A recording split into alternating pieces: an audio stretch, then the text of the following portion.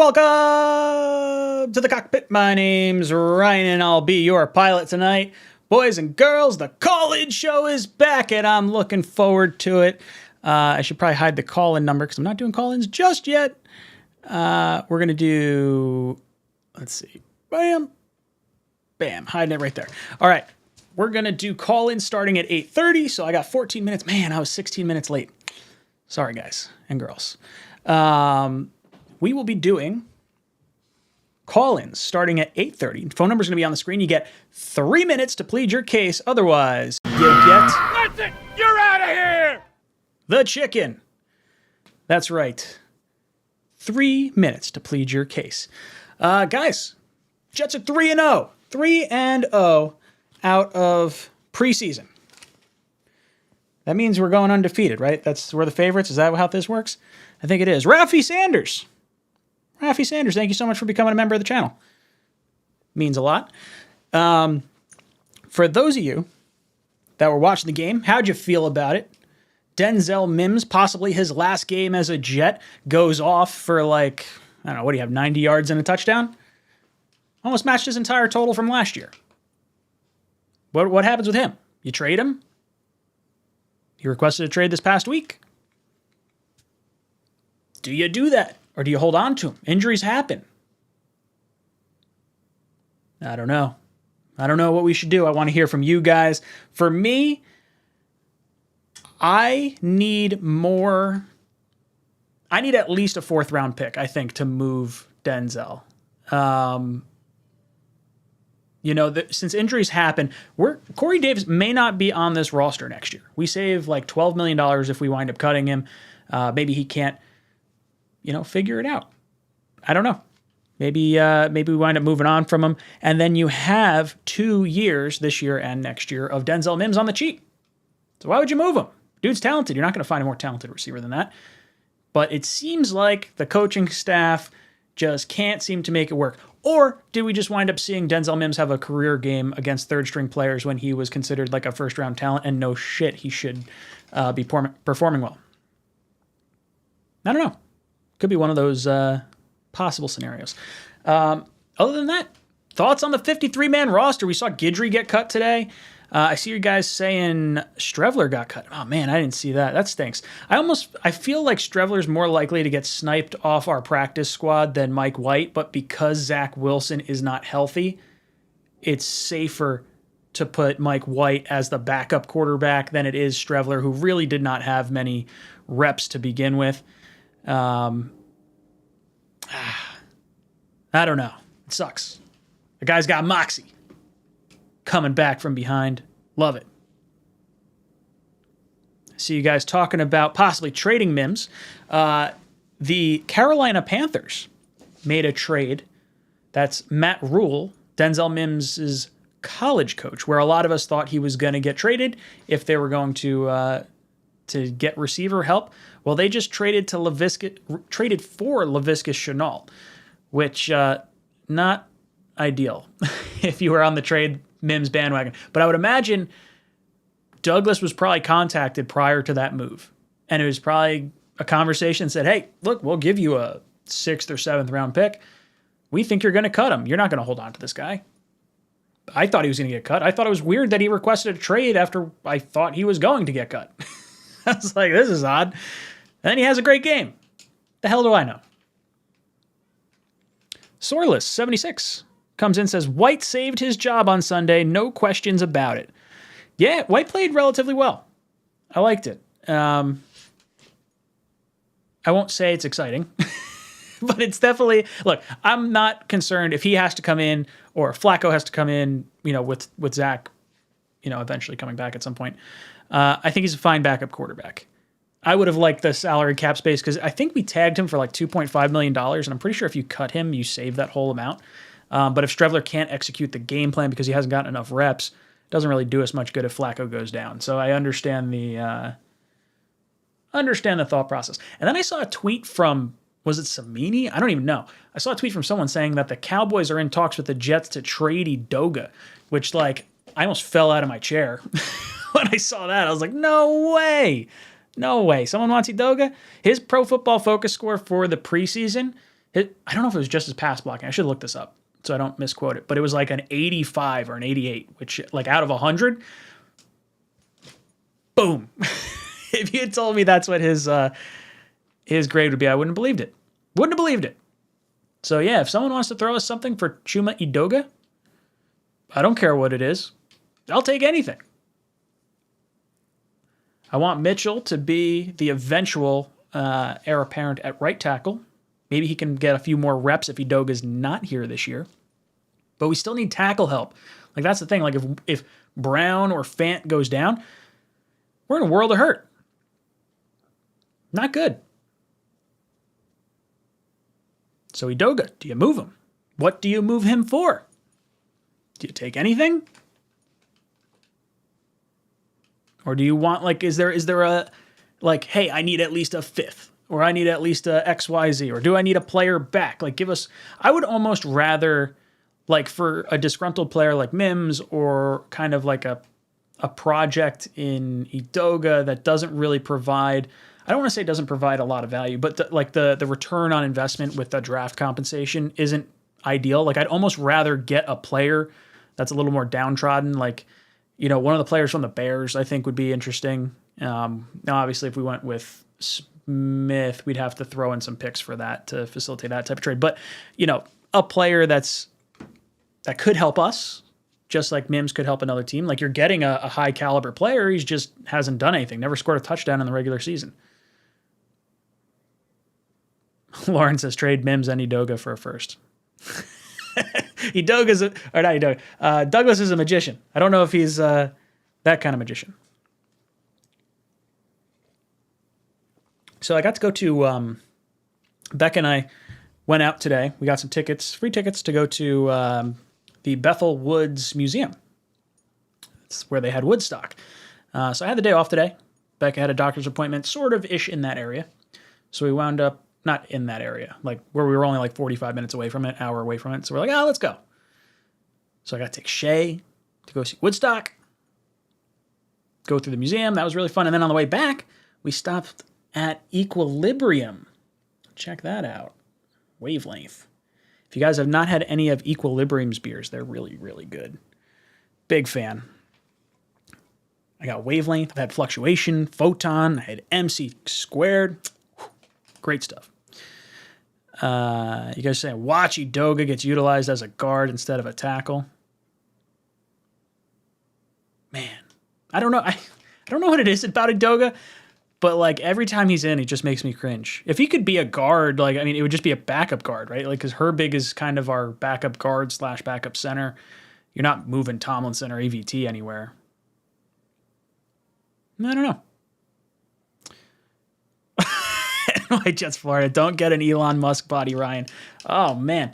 I'm not super tall. I'm like 5'9". I'm probably about 180 pounds.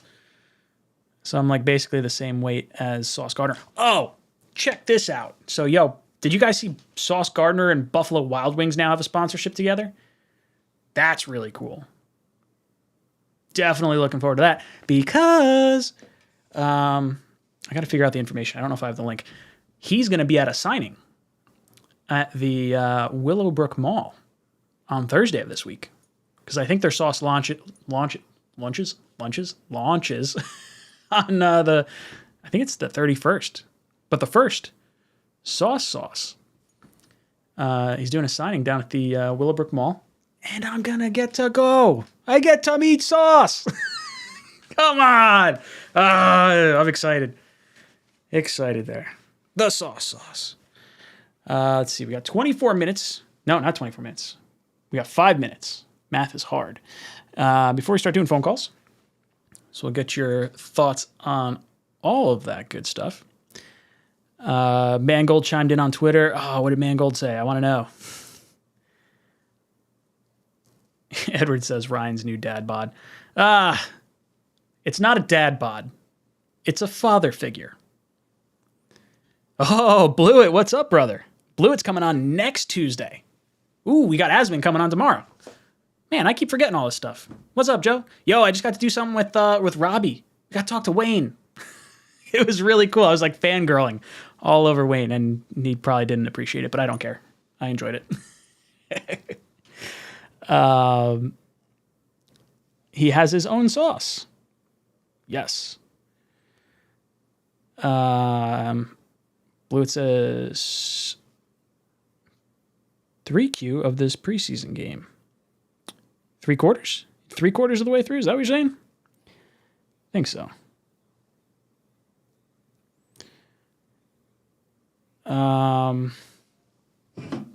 Yeah.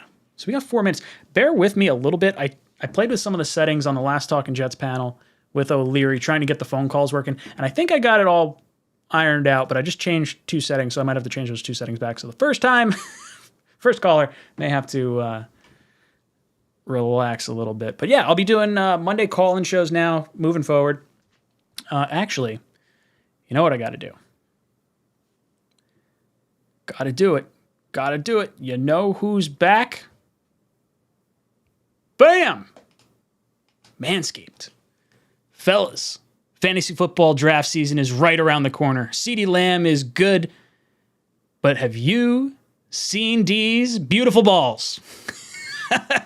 It's time to get your snake looking right for this snake draft with the sponsor of today's show, Manscaped. The leader in below-the-waist grooming have created a championship lineup with the Performance Package 4.0. Join the 6 million men worldwide who trust Manscaped and get ready for kickoff by going to manscaped.com for 20% off plus free shipping with promo code BAM.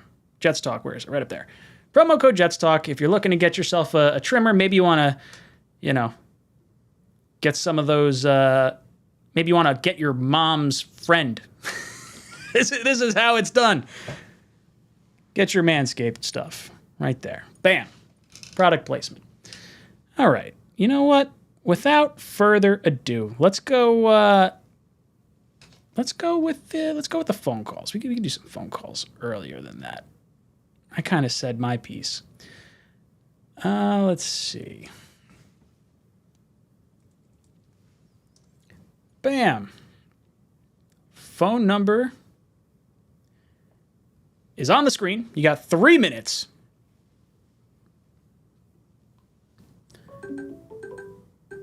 All right. So now that's coming through there. Turn that down over there.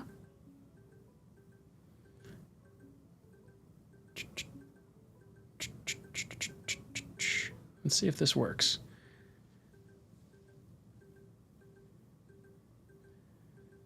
Eddie from North Carolina, how you doing? You got on. All right, try talking. I just want to make sure the audio level's jumping. Hold on 1 second. The chat can't hear you. Give me just a sec. All right, just reset my time. There it is. Okay, I haven't even hit the timer yet. See, I'm all discombobulated now.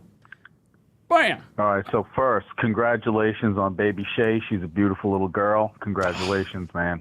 Thank you, dude. Thank you. It's really been a lot of fun.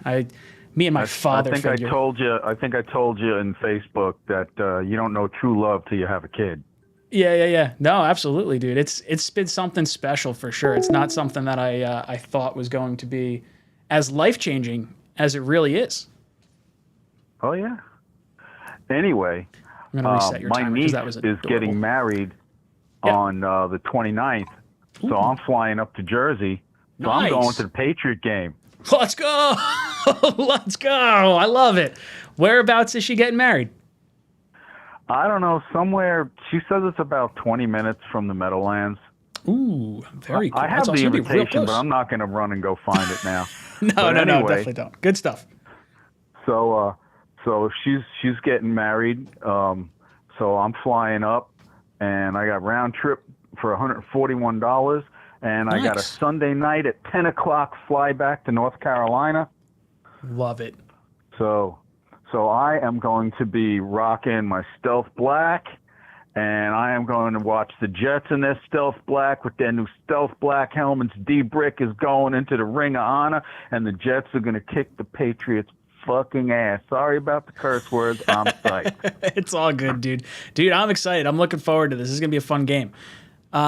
Now, I've never had end zone tickets, but I got section 103. There you go. I heard. I've never sat end zone. I usually go between the 40s. Yeah, I've never sat real low, aside from like the green and white scrimmage where it's like only the lower section. But I'm usually like 300s all the way up in the nosebleeds. So I'm right there with you. So you're sitting in the end zone. Hopefully they score a touchdown right there in your face. Yes, section 103. Love it. Love it. That's just a little. It's right by the goal post, but the actual post, not the center of the post. Anyway, I was wondering who wants to go, because I'm coming all the way up from North Carolina to see this game. I haven't seen a game in like 25 years. I've never been to the AC unit, so I mean I've been to the Meadowlands a few times, Giant Stadium, but I've never been to this place. Yeah, it looks like a soup can kind of AC unit. Like it's an interesting stadium for sure.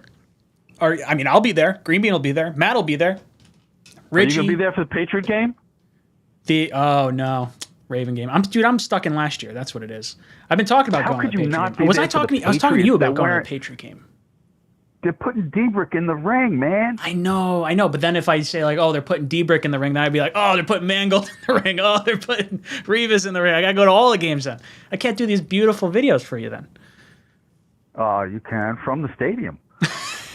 It'll be a little more crude. I could do that stuff, I guess. As long as you guys don't mind watching it, I don't mind doing stuff.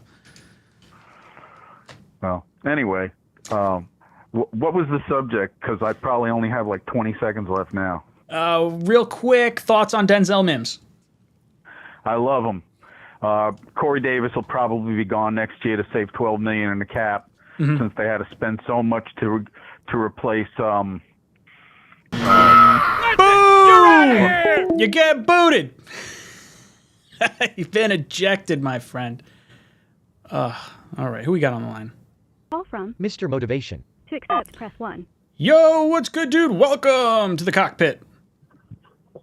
Hey, Ryan, how you doing, man? It's Mr. Motivation. Oh, I got you saved in my phone. How you doing?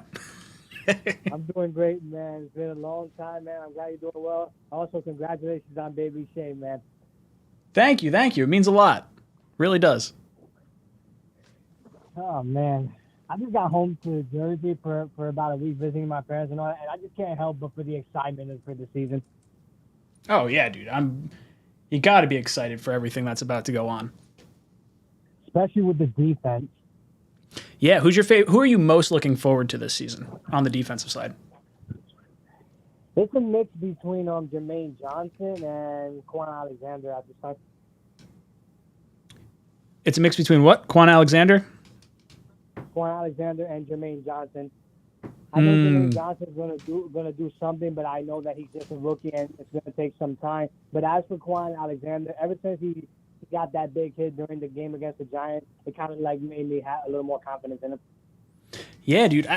I'm looking forward to seeing like how Jermaine progresses throughout the season, because right now I'm super impressed with Clemens. Like this dude is like the real deal. Like he is so intense. It could be late in the game. This dude's running 100 miles an hour. So like I'm hoping that Jermaine Johnson and him can like both pan out, and that would be amazing for our edge rush moving forward. You ain't lying about that. Clement, he's something else. He might be the steal, to be honest. Oh yeah. What about outside of the defense? What are you looking forward to? I'm looking forward to like seeing like what the tight ends got for us, because that's really like our number one problem for the past couple of years. And now that you have 3 solid tight ends, that means that Garrett Wilson or whoever is gonna be in that play, now that you have 3 tight ends that can actually block, these receivers are gonna get more chances for slant routes. Yeah, no, absolutely. The tight ends are going to be impressive. I think Conklin's going to wind up being our leading tight end this year. As much as like I sort of assumed Uzama was going to be like the guy, but like Conklin seems to have a connection with like Zach, Flacco. Like no matter who's in there, this guy's catching balls. He just, honestly, his football IQ is just on point. Honestly, like after CJ Uzama, like you still want him in there because he's a locker room leader, and that's something you want as well. Yeah, no, you got to have the vets in there. I'm excited to see how this works out from like our 53-man roster standpoint. I've seen like a little bit. I know Guidry was cut. It seems like Strevler was cut. What happens with the running backs? Do we hold on to Bam Knight or do we try to sneak him into the practice squad? Like all these young players or veteran players, like maybe a Tevin Coleman, does he make the roster because of that veteran status? Just like you were saying, I think there might be something interesting there. I know time's running out, but as for that, honestly, Boom! Oh no. There it is. You're out of here! Chicken. Oh, love it. Love it. Got to reset the chicken now. Who we got? From Andy from LA. Andy from LA. What's up, dude? Hey, what's going on? Welcome to the Cockpit. What's on your mind? Thanks, man. Yeah, I just want to talk about something that I think is interesting. Sure. And by the way, I'm from New Jersey originally. I'm an LA Jets fan still. I like it. Hardcore Jets fan. That said, I don't know. I know you're the type of guy that's, going over practices and mini camps and whatnot, but I feel like the culture of football, especially with the explosion of social media, is looking too much into practice, looking too much into preseason. Because when I was a kid in the 90s, we didn't give a crap about preseason, just the Giants game. And we never investigated on looking at passes, like how many completions did Zach Wilson have on the second day of OTAs. I feel like it's so minute compared to what actually is going to happen in the season. I think we overhype ourselves for little situations. So I want to get your thought on that, because you yourself are doing that. You're covered, not to say that it's not a bad thing. I just find that we get, and as Jet fans, you know us, we're in love with this team. We get so excited over a good practice to a bad practice, and I just think that it's us looking too much into those things. Then when the season comes, we're disappointed. So I just want to get your take on, do you think there's been a shift with social media and how we look at like practices, or is it just we want football all the time? Like, what do you think?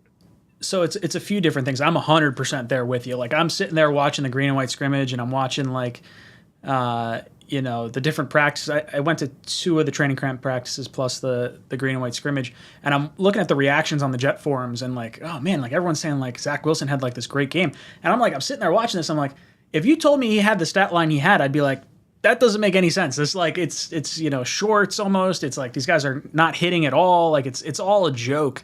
From like a contact perspective, there's a completely different game from practice and training camp, and scrimmaging to, live action. Like we are not seeing the same team we're going to see week 1. So I wouldn't put too much stock into it. The reason you see a lot of that is because people want to see the rookies. This is the first time we're able to see the rookies instantly. Guys are able to send out a tweet, do stuff like that. I know for me personally, if it wasn't for the YouTube algorithm and needing to like kind of, because you got to pump out consistent content for a little bit, and I take a hiatus from like middle of May to the end of July just to kind of reset my own mental clock. So to ramp up for the season, just kind of easy content. I haven't been going too crazy on the editing side of things because I'm in the busy season of my work. So like I'll flip through, I'll see all the different highlights of the day, and I'll give you some of my thoughts on it. But if I'm being perfectly honest, it's to get some videos out, but also trying to make something that's still, I don't want to put something out just to put something out, but it's definitely to stay relevant and to get on to trending. So that way come the season, the video might get recommended more. Yeah, no, I love what you do. I think you're a little bit more honest, and you kind of take people back to the ground level at times. And I appreciate that. And one thing on Mims before you cut me off with your chicken. Sure. I think we should absolutely hold on to him, and I think that there's a reason why we have. Mm-hmm. I think he's an asset, and I think it would be bad to trade him. And I think we're looking, like a lot of people have said, to keep him as our Davis. And I think we'll see how Davis does, but I think it'd be sad to lose Mims, and I think they've been keeping him on the roster for a reason. So.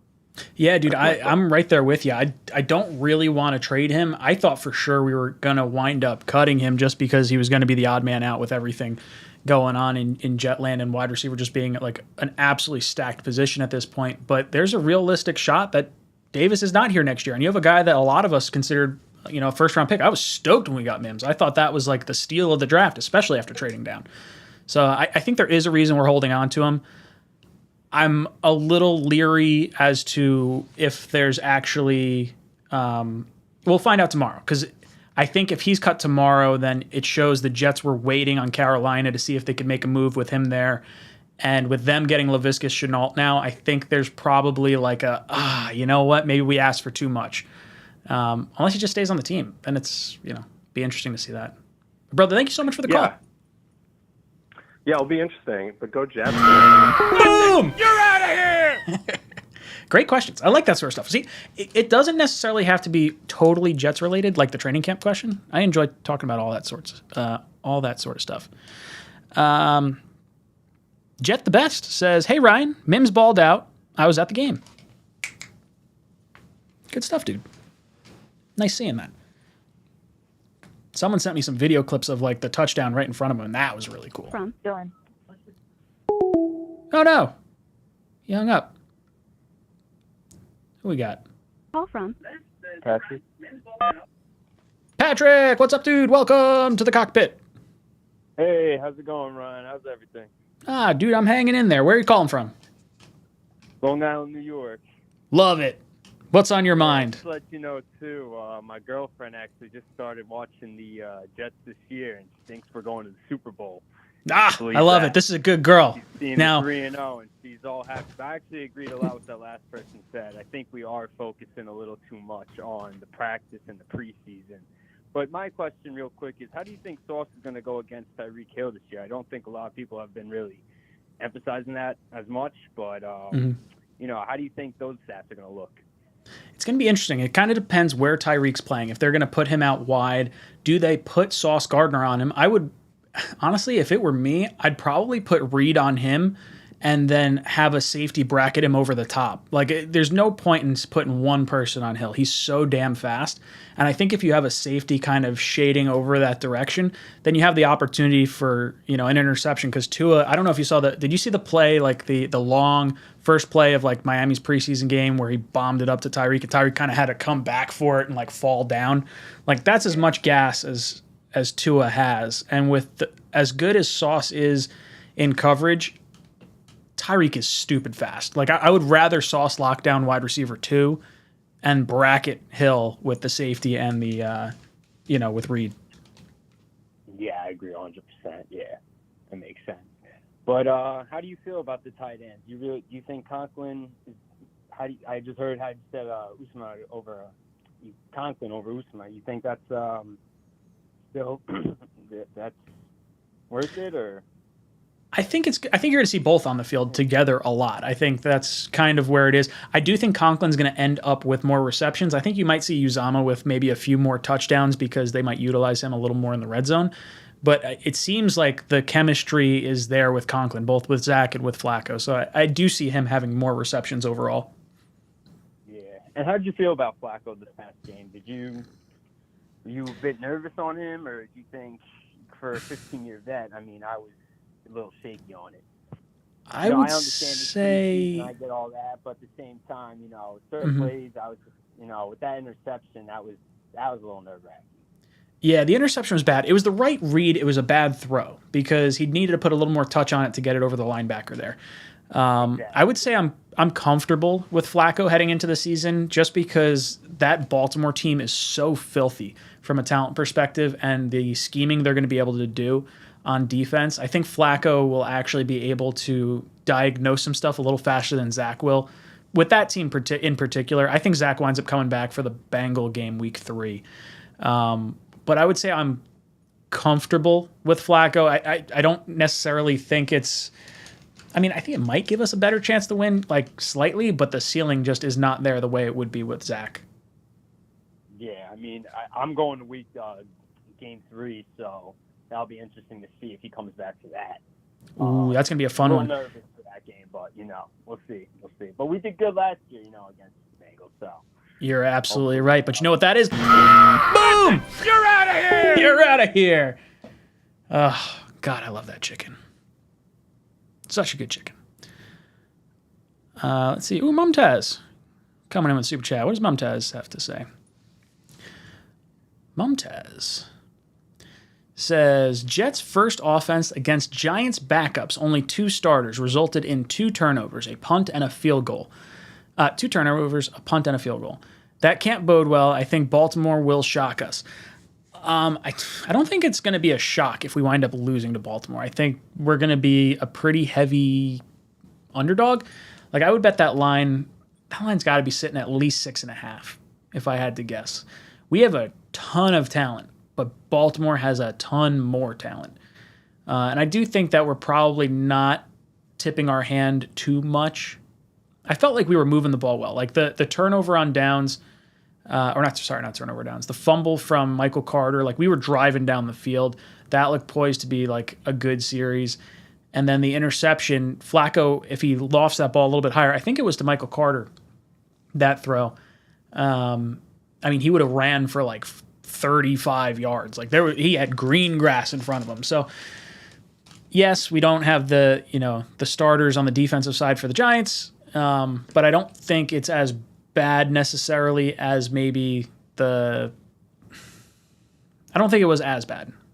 I think we still have a shot against the Ravens, but I wouldn't call us favorites by any stretch of the imagination. But Mumtaz, chin up, buddy. Chin up. We'll get there. All right. Let's go back to the Google Voice. Phone number's on the screen. You get 3 minutes to plead your case. After 3 minutes, you know what it is. That's it! You're out of here! That's right.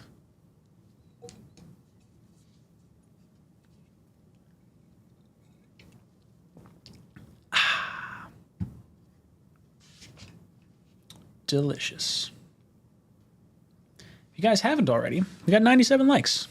Hit the like button if you're enjoying the stream. Or if you want me to shut up. Who we got? From Ryan from Minnesota. to accept, What's up, dude? Welcome to the Cockpit. Ryan from Minnesota. What's up, Ryan? I'm hanging in there. How goes it? Not too bad. Hey, 2 questions for you quick here. Sure. One thing I was thinking about, a lot of these coaches that are successful in the NFL are not these pump-up guys, not like Campbell from the Lions or Robert Saleh. They're like Andy Reid, Bill Belichick, Sean McVay, right? Like these analytical guys. So how do we feel about that? I mean, is there anything to take from that, or is it reading into it too much? No, I think there is something to be said for it. Now, I don't know if Salah's always a rah-rah guy. Like, he doesn't strike me quite the same way as Rex. Like, Rex felt like he was always trying to put a target on our back, which is a type of coaching style and whatnot. But I think there is different ways to motivate different players. And to me, just looking at Mims, he doesn't strike me as a guy that gets motivated by like the rah-rah kind of mentality.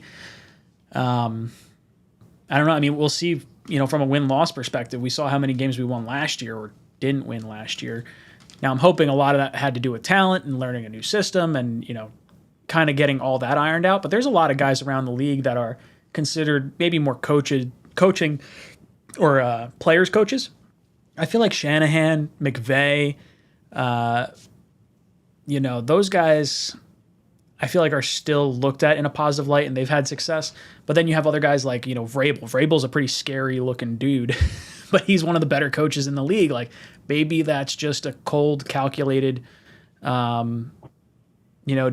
But I don't think there's one way to necessarily win in the NFL or lose in the NFL. But I think if your message gets stale and you can't motivate the players. Last year we saw the players fight to the very end. We're seeing players right now. Now, granted, these are guys on roster bubbles, fighting to the very end in the preseason games. If we start losing games and guys are giving up mid-games, then I would say Salah's message is getting stale. But I don't see that being the case right now. It seems like the guys are having a pretty good time at practice and that sort of stuff. And then one more thing real quick. Do I got time? Mm-hmm. Yeah. Go for it. Maybe it's too early to look at this, but I was looking at some of the contracts of the guys we signed this year in the offseason. A lot of this stuff is weighted heavily on year 2, 3, and 4. I don't know if we have anybody on a 4-year deal. But is there any concern in that? I mean, we've got to re-sign a lot of players. We're going to have to re-sign Zach eventually. We've got Elijah Moore that we're going to have to re-sign. Michael Carter if we end up doing that. And then if we have to bring somebody into Phil Becton's spot or re-sign him, there's a lot of money we're going to have to dish out, and a lot that's weighted into year 2, 3, and 4 of these deals. So right now, I just pulled up over the cap. We have they're speculating $5.6 million in cap this year that can roll over into next year. So with that, you're sitting at about $8 million in salary cap space. That's before you really do anything. Like, we're going to save a ton of money from CJ Mosley. You can move on from Corey Davis. Like, there is definitely some guys. Sheldon Rankins should clear some space if we wind up moving on from him. There's ways to get more money. And then if you wind up extending someone like a Quinnen Williams, if you choose to do that this year, it's going to stretch his salary cap out more, because I think let me see what his cap hit is for next year. His cap hits $10 million. So that's probably the last year of him being, high, or not higher. He's got, this is third year for him. No, when was he drafted? 2018? Is that right? Sounds right. I think that's right. 18, 19, 20, 21, 22. This has got to be his fourth year. So he's got to have his fifth year option on him. Yeah, I don't know. I think I'm not as concerned, because the cap, from everything I've learned like the last few years, I've always thought of the cap as like, hey, you can't hit this. But like teams like, championship teams are just signing guys willy-nilly. Makes no sense. The cap's a myth. Hey, God willing, we'll be one of those, right? I hope so. Fingers crossed, brother. Thank you so much for the call in. That's it! You're out of here! All right. Before I get to our next caller, got Mumtaz chiming in again. Mumtaz says, I think Mims didn't help himself, but new coaching staff didn't help him. The expectation you should play all 3 wide receiver positions well to get on the field is BS. Yeah, you shouldn't have to play all 3, but I think what they're talking about is the flexibility of other guys. Like Corey Davis, if Mims is competing with Corey Davis for snaps, and like those are the 2 guys, Corey Davis has been a better player throughout his career. And unfortunately for Mims, the food poisoning last year really took a dent into his ability to learn the playbook last year. Do I think he has to learn all 3 positions? I don't necessarily think so, but I think you have to know the responsibilities of those positions. And based on what the defense is showing, you have to be able to manipulate your route in such a way that it complements the other receivers. So I don't think it's necessarily running the routes of, like, say, a slot receiver or an X or Y or whatever. You want to have those guys know what everyone else is doing. Because the NFL is just such a team sport. So if one guy goes this way, to peel off and go the other way, because the coverage is dictating, who's going to get open at that point. And because you're seeing that, you're allowing your teammate to get open, or you're allowing yourself to get open.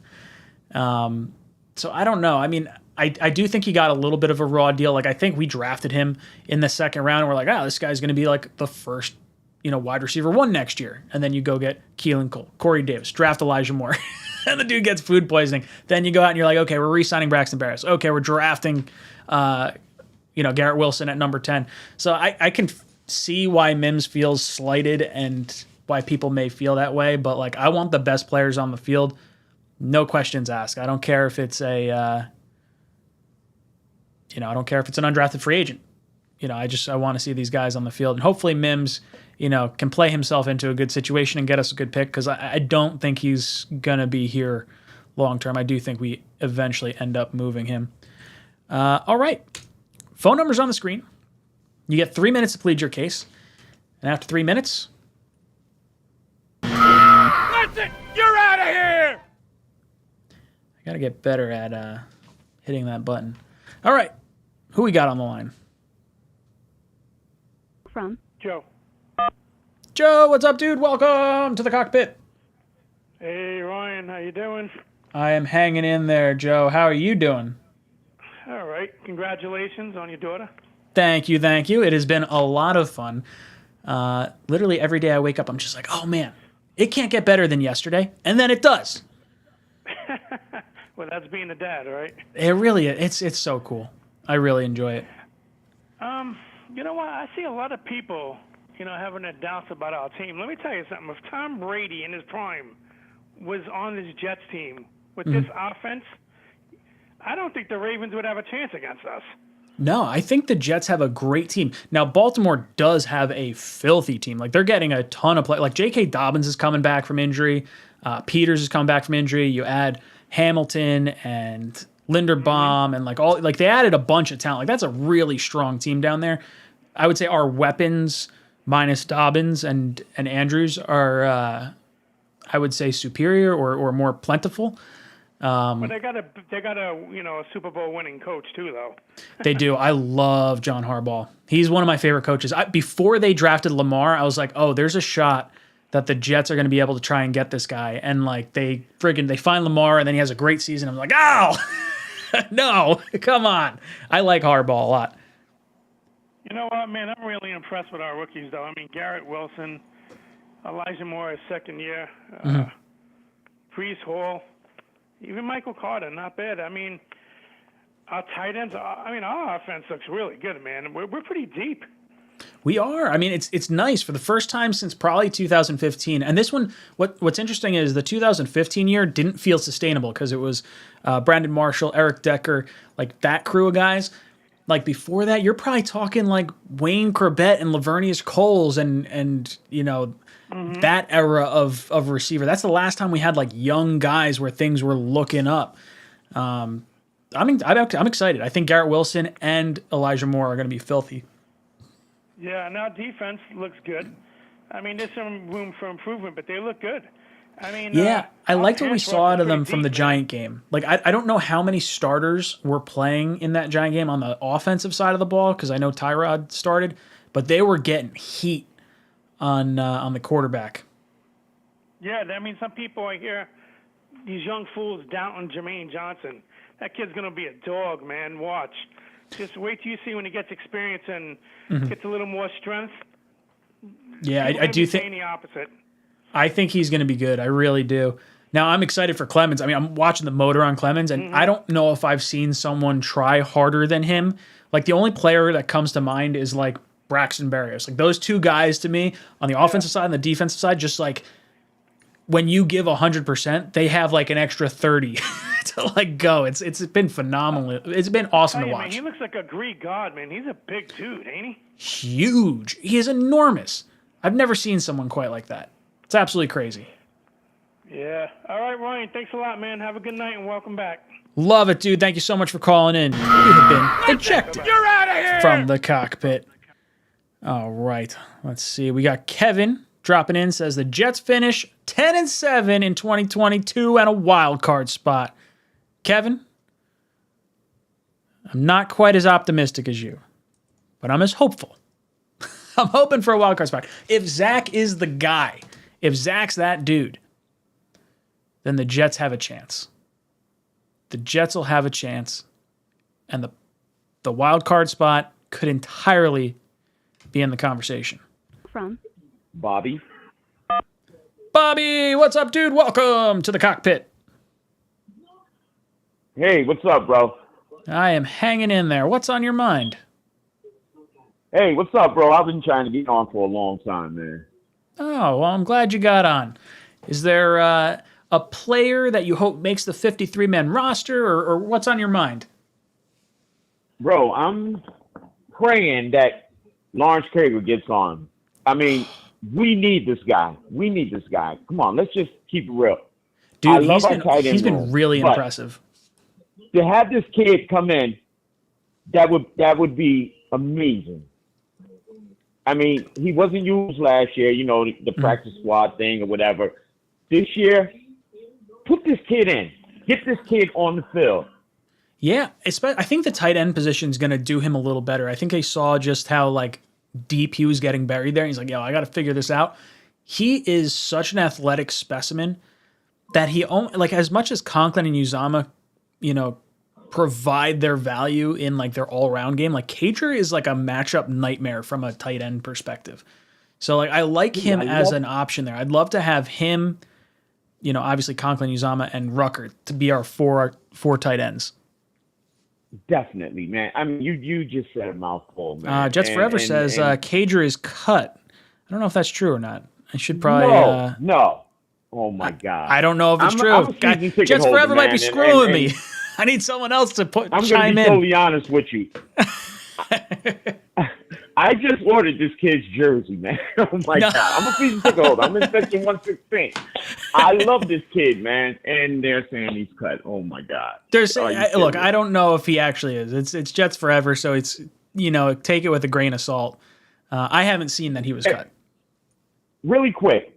Yeah. Who do you think won the running back battle? I mean, no one really stood out to me. I mean, I was a running back in high school and college, and coming from a running back, no one stood out. Like, I like them both. I like them both, but nothing for nothing. I like that Bam Knight kid. I like that kid, man. Dude, Bam Knight is exciting. So if you're asking me what I would do, I would hold on to Bam Knight. So you obviously have Carter and Hall. Bam Knight's the guy I'd hold on to because I think he's less likely to make the practice squad. And with the rule changes, anyone can be put on the practice squad. So I would try to put Tevin Coleman over on the practice squad and keep him around the team because I think he's someone that provides a veteran leadership in that position group. That's, if Michael Carter's like the only dude, he's taking he is thriving in a leadership role. Michael Carter is. But I do think it's important to have a little bit of age in that mix as well, but I don't want to lose Bam Knight. And lastly, I mean, our guy, Mims, did he do enough to stay on the team? Yeah. I hope so. I'm probably going to get a lot of flack from this, but nothing for nothing, bro. I think Mims is, he's a number 2 receiver, man. Give the kid a chance. Let him play with the ones. Let him get out there. Give the kid a chance. He was in college. He was doing his thing. There's no way in the world you come from college and you go pro and you just suck. No. This kid can still play. That's all. It feels like the coaches are just not trying to get him on the field or building packages around him. Like, that's what you got to do. Like, they should just say, Mims, go long. Like, that's what it is. Go up and get this ball. Like, I think if we wind up getting an injury to one of, Elijah Moore or Corey Davis, then I think there's going to be an option for Mims to come onto the field. I just hope he's not cut. I mean, if he's traded, I'd be pissed if we got anything less than a 4th-round pick, but we'll see. Exactly. Brother, thank you so much really for calling quick, in. you guys, You have been ejected from the Cockpit! Love that chicken. Love that chicken. You get 3 minutes on the clock. That 3 minutes, gonna boot you. Ooh, I know this caller. From Chris from Florida. to accept, press 1. To send a voicemail. Chris from Florida, what's up, dude? Can I get all of my Jets fans to stand up and go with me at saying Jets, Jets, Jets? Solid, undefeated on the preseason. Michael Clement coming in, busting up quarterbacks. And this boy Stoudemire coming in here saying, I'm from another league, but I'm going to make sure the NFL looks like it's kitty litter to me. What is going on? Dude, what's good? What's good? Tell me how excited you are for the season. Oh, my gosh. I am so hyped for this season, man. I am excited. I'm like, it was such a roller coaster this practice, man. With the way we go from the draft, we go to hearing the teams are going well, hearing players marinate.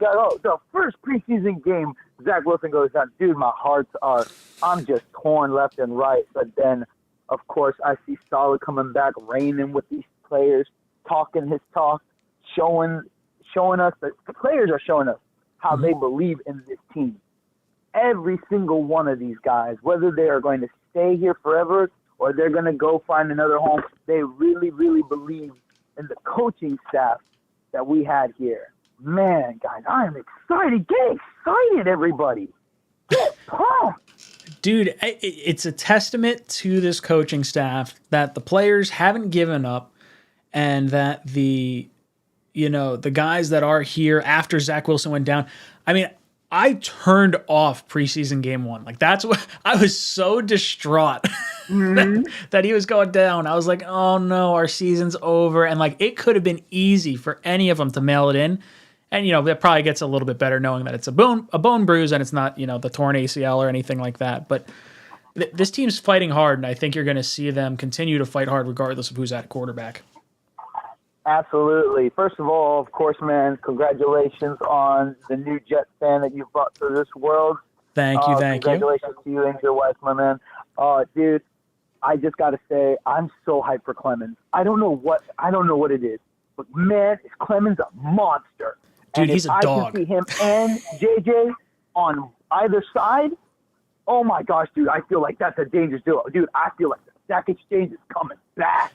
Dude, Clemens to me feels like he just wants it more than everyone else. Like there's certain players that you can look at and be like, yo, this guy's he's giving more. Like I don't know if he can fail. Like that's the type of player he looks at. Like I look at Clemens and his bust potential being lower than the bust potential of Jermaine Johnson. And I was like way more excited for Jermaine Johnson getting picked than anything else. But like Clemens is the real deal, dude.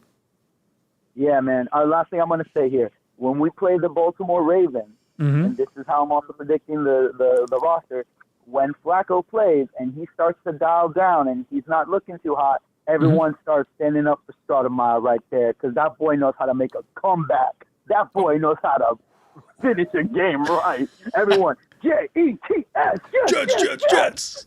I love it, dude. Thank you so much, Chris. You've been ejected from the cockpit. The NY Bully chiming in. What's up, Ryan? I commented on your page after the draft how I believe that Michael Clemens will end up being a starter in 23 and 24 after watching film on him and was scoffed at. The kid will be the anchor or be an anchor on this D-line. Dude, I'll be honest. When we drafted him, I was like, I don't know who that is. Edge rusher in the third round wasn't, or not fourth, was it fourth round? Fifth round? Fifth round. 1, 2, 3. Fourth or fifth round? Jeez, what? I'm losing my mind. I did not think this guy was going to be as talented as he was. And he is fourth round. Thank you, guys. Dude is exciting to play. The interview with him where he's just it's every interview with him where he's very stoic. He's just like, how do you feel this? Did you feel you performed well? No. Oh man, have you met someone more intense? Nah. This dude is camping 24/7. That's how intense he is. I'm looking forward to it. I should have listened to you. See, next time you say something about a player, gonna be keeping a little bit closer eye on it. You're right. I love it. I think Michael Clemens is 100% going to be a staple on this team. This guy just wants it more. All right, guys. Phone number is on the screen. You get 3 minutes to plead your case. After 3 minutes, you're going to hear... That's it! You're out of here! So make it quick, dude. And dudettes.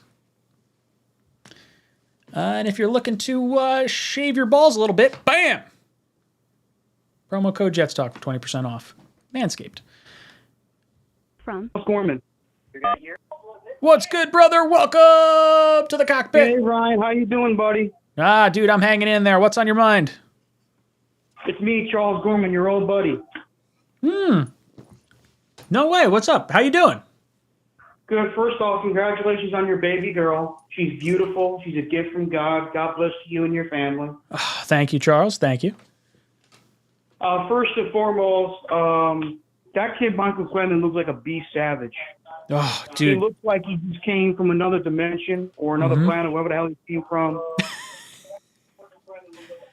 Dude, he is aggressive. Like, I've never seen someone more intense or someone that tries harder. He does, and he looks like he really cares about the future of the team. And that he really cares about having a future in the NFL. I understand this guy fell out because of some off-field issues, but hey, it is what it is. I think he's learned from his mistakes, and he's moving on with his life. Yeah, I completely agree. I think the future is laid out right in front of him, and I think he wants it more than other people. I think that's the exciting part to this whole thing. To be honest with you, as much as I like Jermaine Johnson looks good too. Jermaine Johnson looks good. Carl Lawson looks good. Quinton Williams looks good. A lot of the Jet defenders look good. Jordan Whitehead looks pretty solid to me. I like him. When I learned that he's the cousin of my favorite Jet, Darrelle Revis, I was like, holy shit, that's awesome. He's got thoroughbred running through his veins. He can't fail. It's great. I mean, he was at the draft. He was in the video. He was at the draft when he got drafted by the Jets in 2007. I remember that. Yeah, I watched the highlight of that. Yeah, it was cool to see that. I told you that Thomas Jones was my second favorite Jet of all time. And I know you and Green Bean and Matt O'Leary were shocked. They're like, what? It's weird to hear it be second favorite Jet of all time, but like I like Thomas Jones a lot. Like I would say he's probably my second favorite running back the Jets have had. I mean, there's blips on the radar that have been good, but like Thomas Jones was really good. I never saw Curtis Martin play, unfortunately. Unfortunately, growing up as a kid, the one team I really followed more was the Yankees. I'm a Yankees fan. Okay. And I never really got into pro football till like when I was in middle school. The first football game I've ever watched was the AFC Championship between the Colts and the Patriots. Ooh. And that was when I became a fan of Peyton Manning. Okay. I like it. What year would that have been? Roughly? Ballpark. The year when the Colts won the Super Bowl against the Bears, that was in 2006. 2008? Was it 6? Damn. Yeah, dude. Peyton was something awesome. What's crazy is he could have been in our division. He was in our division for a little bit. The AFC East had the Colts in it. In the early years of his career, they were, but then they moved to the AFC South, and the rest was history. Yeah, once they got the Texans in there, it was like, all right, fire a question off real quick. I followed the Jets when I was in high school. Became a fan when Brett Favre was the quarterback. Remember how crazy that shit was? Oh, yeah. Don't get me started on that season. That season pissed me off so much. Oh, dude, I was so excited when we got Brett Favre. I was bummed about Chad Pennington, but I was like, oh, man, we got Brett Favre. And we were like 8-3, and then his shoulder fell apart, and then everything went to shit. Like a bunch of bitches, and we lose 4 of our last 5 games. And I'm like, what the fuck? Oh, it was brutal. It was all the injury. And then we were the ones that wound up breaking his streak. I hate us sometimes. Brother, thank you so much for the call. You've been ejected from the cockpit. Who we got? Who's on the... Oh, no, hung up. Oh, well. I see how it is. You just don't want to talk to me. I get it. All right, who we got? From Dylan. Dylan, what's up, dude? Welcome to the cockpit. Hey, what's up, man? I'm hanging in there. Where are you calling from? I'm calling from New Jersey. Nice. Good stuff. What's on your mind? I'm just talking Jet stuff. I went to all the training camps this year, saw all the plays, saw all the practices, saw the players are developing. Really psyched about this year.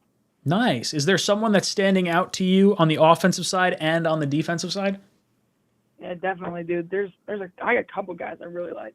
I talk to me. really like the athleticism and capabilities of Lawrence Cager. I've been following him for a while. Yep. I think his versatility is ridiculous. I don't know whether he makes this roster or not. I'm leaning towards probably doesn't.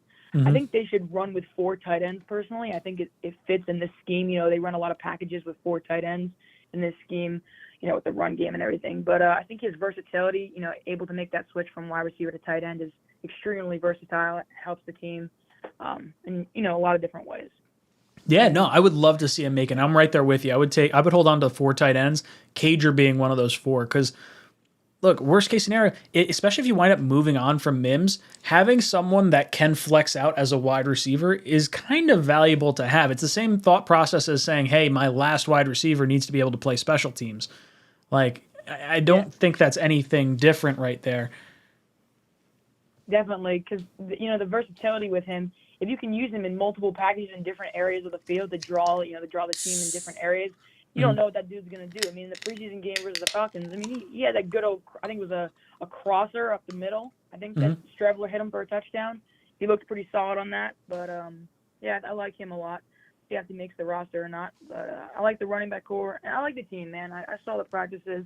I'm bummed if Strebler got cut. You know, that does suck. But it was going to happen. We all knew that. Even though he played his heart out and he definitely gave him a shot, there was no way he was going to make that team. Yeah, I got to throw Aaron Daniels' comment on the screen, too. He says the same thing. He says, just jumped in quick, bummed about Strevler. Yeah, it sucks. Definitely. Like, dude was a fan favorite for 3 weeks. Yeah, definitely, dude. And I think the reason he wasn't gonna make that is just because of what he played that game versus Cincinnati last year. But I think what most fans are overlooking is Mike played horrible against Buffalo last year, and he got injured versus the Colts. He really only had one game, and he did throw 2 picks in that game. He wasn't like he obviously brought some agility to that team, and people got hyped and people got excited about him. But that doesn't draw to much. One game, quarterback can have some wild games. I mean, I know there's quarterbacks in the past that have had one game wonders, but I think that Mike White was the favorite to win that. I think Salah liked his athleticism and his he was yoked when he got that game-winning touchdown yesterday, or on Sunday, that was yesterday. But yeah, dude. So Mike White to me, I think made the team. One, yes, because of the the Bengal game last year. You got to see him execute the offense in such a way. He also got a ton of reps in practice, and we didn't get to see Strevler really throwing many passes in practice. There's limited reps, so I think that's why. If Zach was healthy, I think Strevler probably had a better shot at staying on the team because then you could rely on Flacco as the backup as opposed to having to rely on Strevler to then be your backup. I think that's the biggest issue here. If you watch Strevler in practice when I went to the training camp, he just wasn't getting reps. I mean, we were like seeing him on special teams running routes and being a gunner at one point. I was like, whoa. What, are you going to Taysom Hill package with this dude? But, that's how it goes sometimes with QBs. But thanks for talking, Ryan. Love it, dude. Thank you so much for the call. You've been ejected from the cockpit. All right, who we got next? Call from Savage Julio. Savage Julio, what's up, dude? Welcome to the cockpit. What's up, man? It's been a long time. Yeah, dude, I'm glad you're calling in. What's on your mind? Where are you calling from? Man, I'm calling from Georgia. I moved to Georgia from Jersey. Ooh, I love it. Love it. What's on your mind? Man, I'm gonna tell you this. I like how we playing. Have you noticed we starting to come back at third and fourth quarter? It's been our game. It's been nice. I'm cautiously optimistic because a lot of the guys we're playing later in games are like guys that are going to be, working the grocery aisle, next week. But like, the fight is there. Like the players are motivated with Robert Saleh. I think that's what I like, and I think that seeing how deep this team is good as well. Like you're seeing wide receivers. Like when was the last time we were like, oh man, who do we hold on to at wide receiver? Or who do we hold on to at tight end? Like it was always felt like we just had like random bodies out there. So it's nice not to have that. I'm starting to feel like Mims not going to go nowhere on the trade. I think we're going to keep him. I'm going to tell you why. We're going to keep him because they're going to start starting. The guy you think awesome. So? Maybe this is their motivation tactic. Like, get this guy so bent out of shape and, like, get him to, like, actually start playing well. I hope that's what it is. I mean, that would be great. I'd love nothing more than to have Mims on this team long term. I was so excited. Like, this dude looked all world in college. And I know. I used to follow him in Baylor. The kid is awesome. And then when we got Garrett Wilson, we got Corey Davis. Man, we got the receivers. Plus we're actually like deep at all the way. Like even running back, like we're like, who are we holding on to? Is it going to be Coleman? Is it going to be Bam Knight? Like this is good. This is a really nice thing to have. I love it. And this defense is going to be off the hook. I've been telling everybody, we will beat Baltimore in 2 weeks. Dude, it's a ballsy statement. Who are you most excited for on this defense? Is there a guy or two that you're really looking forward to? I'm big on Clement. I've been following Clement since Texas A&M. I see what he was doing over there. He's that big. He's awesome. He's a beast. He almost reminds me of Lawrence Taylor. Ooh, I like that. Dude, he is scary. Like, intimidation factor. Yeah. Like, this is a guy you send out there, like, he's an enforcer. Like, hey, Clemens, you're going to get a penalty here, but, like, just go for it. Like, just hit someone. And Breece Hall is my main guy. Oh, dude, I wish we could have seen the offensive line gel a little bit more. I think some people are a little, like, more sour on Hall than they should be because the offensive line hadn't really played together yet. He's going to be fun to watch. I think they did it on purpose. I don't know if they did it on purpose. I think they want to have it gel as quickly as possible. Like, I think we're actually at a slight... I think it's better to have Flacco in to start the season because you get the offensive line to gel a little bit before Zach gets thrown behind them. So it's... I don't know. They're thinking of Zach Wilson might return on week 1, though. I don't see it. I don't think it's going to happen. I think they're going to give Flacco his revenge game. Then I think week 2 against the Browns, there's a possibility he comes back, but I think they're worried.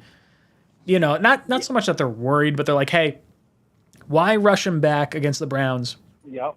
Risk losing to a backup quarterback when you can start him at home against the team that just lost in the Super Bowl. So at least if he loses, there's a little bit of an excuse built in and the media won't absolutely hound him. Exactly. I just think Brother, I love it. You've been ejected from the cockpit. Listen, you're out of here. Sorry, man. I got to look at the timer more. I never look at the timer. I got to do that. I got to create one button that I can just hit this and then it just resets everything. So I don't have to click around all the time. Who we got? From Carson. Oh, Carson. What's up, dude? Welcome back to the cockpit. What's going on, Ryan? How we doing this afternoon? Oh, dude, I'm hanging in there. How'd you feel about game 3? In all honesty, it's a good thing to see that, we have the heart to come back in the third and fourth quarter. We've struggled over the past couple of years about, coming back in games when we were down. And you know what? Hey, this team is showing a lot of resilience, and I think Robert Saleh has a big part of that. There's a big part to do with that. Yeah, I think it's nice. Is there any part of you that is concerned that he's too much of maybe a player's coach and he's not like the disciplinarian that maybe he might have to be? I know one of the earlier callers were saying that. I think see, here's the thing. I think that player's coach is a whole bunch of crap, honestly, because the most successful seasons under the Jets in the last decade were under Rex Ryan. He was quoted a player's coach. So I think that is a bunch of bull crap, honestly, in my opinion. So I think Robert Saleh doesn't need to be as disciplined as people think he has to be. I think a player's coach is what he is, and that's why I think people like to come to the Jets. Just plain and simple.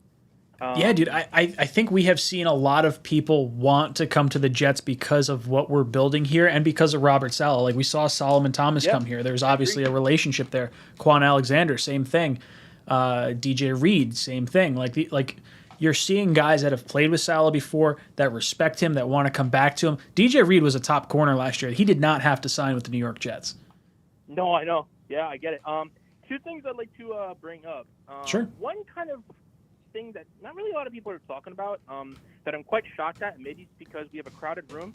Were you surprised at the Javelin Guidry cut? I was a little bit. When I'm looking at the cornerback room, I don't know how many you keep. If you keep 6, because you got Reed, you got Sauce, you got Carter, you got Hardy, and then you got Hall and Eccles. Like, that's 6 right there. So as much as I... Here's the problem. Here's the reason why I think the Guidry cut is a little odd to me. Sauce and Reed that are going to play on the outside, right? You got Eccles and Hall that generally play on the outside. You got Carter that plays the nickel. If Carter gets hurt, who's playing the nickel? Yeah, I think that's an interesting point. I do think there's a better shot of Guidry making the practice squad than maybe some of the other corners that we could have cut. Like, I would have been real upset if we cut Hardy. Hardy's been phenomenal on special teams. I love him on special teams. I wouldn't have cut him either. Even at his tap hit, I wouldn't have cut him. No. Would you have just cut someone from a different position and kept 7 guys, or what were you thinking? Well, see, here's the thing. I think Cager, even though I love Lawrence Cager, I think we need help at other places. I love him for a practice squad. I just don't think him being on the active roster, I think, is kind of a waste of a spot. And that's not a knock against his talent. I just think that, like what I said about, the nickel corner is a huge spot. I mean, what I don't. Boom! Carson, thank you so much. Wanted to hear a little bit more, but I got to pay attention to the timer. I see where he was going with it, though.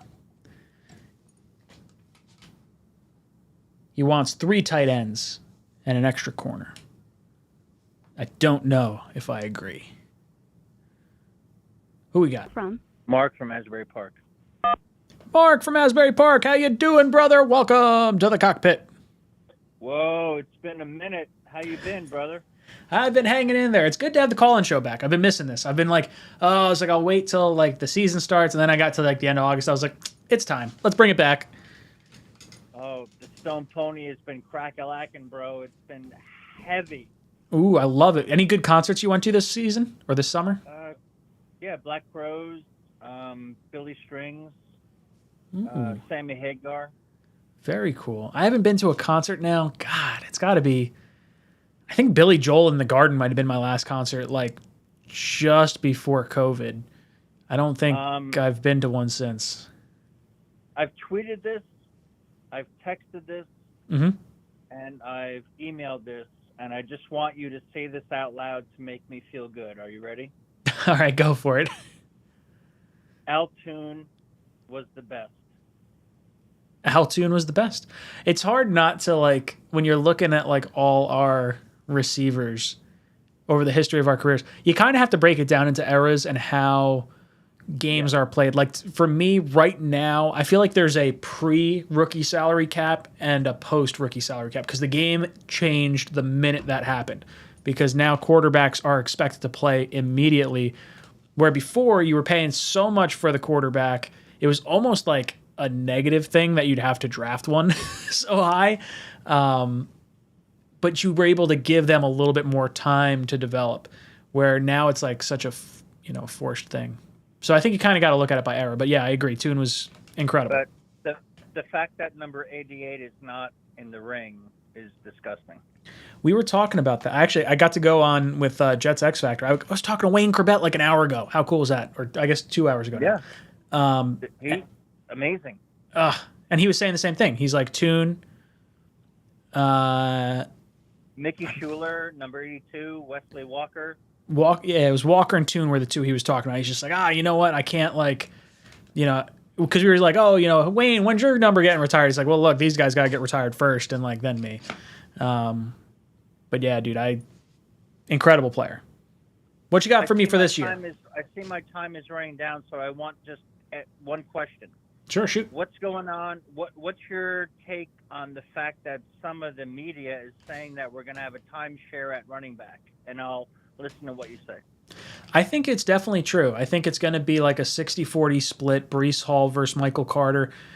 Michael Carter looks good. Like I want him to get a bunch of reps. I think the fact that you were seeing Hall and Carter kind of alternate on third downs leads me to believe they're not entirely sure who that third down guy's gonna be. I don't know, but I think it is going to be some sort of timeshare. I think it's going to extend the career of Breece Hall, and I think it's going to help Michael Carter stay healthy as well. So I think it's a good thing, more so than it is like a knock on any particular player overall. But brother, thank you so much for the call. You've been ejected from the cockpit. Mumtaz, time in his super chats. Good man. He says, Jets fan, because of O'Brien to Toon, 100% put him in. He needs to. Got to get him in the ring. All right. Phone number's on the screen. You get 3 minutes on the clock. After 3 minutes, That's it! You're out of here! that's right. Gonna toss you out. How much time we got? We got a half hour call-ins left. Got just under 300 people in here. Hit that like button. Throw a like. Helps out the channel. Maybe someone else watches it and joins. We'll see. Andrew. Andrew, what's up, dude? Welcome to the cockpit. Hi, Ryan. How's it going? I just wanted to talk about Denzel Mims. And, a lot of the guys on the internet are saying that it's the Jets' fault for not getting the most out of him. But I do kind of think that Mims is a diva based on when he was drafted, his reaction. He was a top 60 player. And, instead of being happy that he was drafted at that point, he was like sulking and saying, oh, the other teams are going to be sorry and this and that. And I never really liked that attitude that he had. And he reportedly had a bad attitude about Elijah Moore getting drafted and felt slighted. And it's like, doesn't he know you need 4 or 5 good receivers anyway? It's like, the ego and the diva attitude of him, it always rubs me the wrong way. And last year that just did me in with him. I've been ready to move on with him since last season. I know the food poisoning, that was a little unfortunate, but I feel like a lot of it says about somebody's character is how you come back from things like that. He kind of always was sulking about his role with the offense, and now the agent is asking for a trade, and that just totally rubs me the wrong way as well. It's like what happened to the blue collar New York attitude, that was, and everyone's saying, oh, it's the coaching staff's fault not getting the most out of them, and I'd never seen a player so covered up for, the whole early career. And I feel like football players, they show you right away if they can play in the NFL. Okay, maybe not as consistent as you want, but like Elijah Moore, we knew right away he could play, and I just never really saw that yet. Still with Mims, and I just wanted to hear what you think about that. Yeah, I don't think it's necessary. I would have never considered him a diva. I see what you're saying. I think he's more of an introvert more than anything else. I've never seen him kind of be like openly happy, or like every now and then you'll see him crack a smile, but for the most part, like, he's been pretty stoic. I do think after the Gase year when we hired Robert Saleh and they were like, hey, Keelan Cole, Corey Davis, Elijah Moore, like we just added 3 because we don't believe Mims is a guy that'll fit our system. Then he gets food poisoning. Like, I can understand why this guy was salty last year. And then he never really got a shot because he missed all of training camp, the first year and this year, and last year. So then this year, you're like, okay, this guy's going to have an opportunity. And then they go out and they take Garrett Wilson, with the 10th overall pick. So, like, he knows he doesn't have a spot on this team, at least as a starter, but he's got the talent to do it, and he never really got a fair shake. Like, he's more of a victim of just weird circumstance and, like, unfortunately just coaching staff, I think. I do think there's something to be said for how this coaching staff runs their offense as to why Mims may not be able to succeed, where I don't think it's a talent issue. I think it's hey, you need to know what these other receivers are doing so that way you know where the ball is going or what you should be doing to help your teammate out. Mims is our best blocker as like a wide receiver. So I think he has a ton of value. He provides a ton of value. It's just not the same value that the other receivers provide. And I do ultimately think he's probably going to be the odd man out. I think Corey Davis was kind of brought in here to be like, one, a legitimate wide receiver in the NFL, but 2, like, hey, you have to compete with Denzel Mims, and we're going to get the best out of Mims. We think competition is key. Iron sharpens iron. I don't know. I'm going to be a Mims fan wherever he winds up going if he's not with the Jets, but I do think that, it's probably a little bit on him. I think it's a little bit on circumstance, a little bit on the coaching staff too. It's so funny. He's still like this controversial player because coming out of the draft, it was the same thing. People were either saying, oh, he's the next Josh Gordon, or people were saying, oh, he's just another Baylor receiver that's a product of this wide open offenses that they run. And you go back to a lot of his plays in college, and he was wide open. There was a lot of blown coverage, and Baylor did have this very funny offense. So these questions are still out there with the guy. Usually guys that really can play, they let you know it.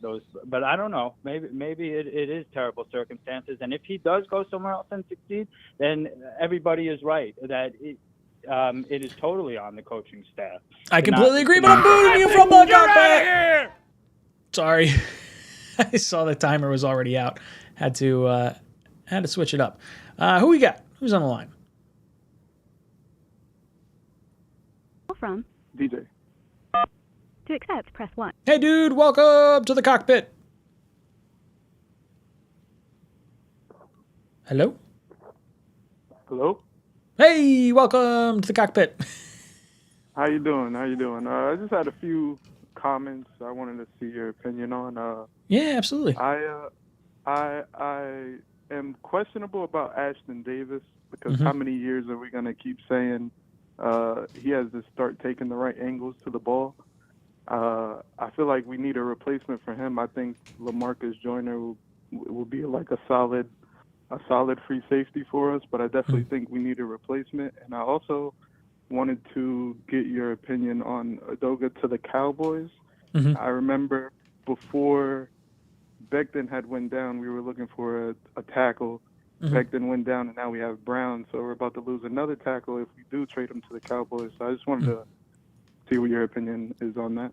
Ooh, great question. So let's hit the first one first. I think that, oh God, what was your first question?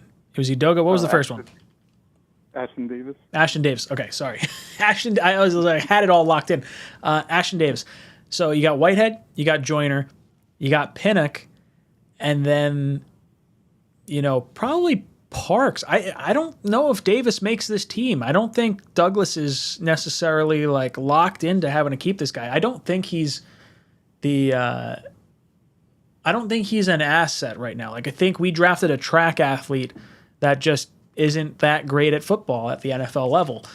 I do think we're going to need another safety, and I do think we're probably going to look at the kid that was just cut from Baltimore. Baltimore has they drafted Kyle Hamilton. I want to say it was something Jefferson. I can't think of what it is off the top of my head right now. Jefferson. Yeah, I think they're going to look at him possibly. I think safety's not fully done yet. I think linebacker may not be fully done yet. And I think tackle, to your second question, may not be fully done yet. I think if we wind up making the move for Udoka going over to Dallas for a draft pick or maybe a player of some kind, I think there's another move that gets made. Like, I think we're picking up a tackle that we like because we have such a high waiver claim. We're number 4 on the list. So you look at Dallas. Dallas has got to be where they finish. End of the team. They win their division last year, or did Washington? I think they won their division.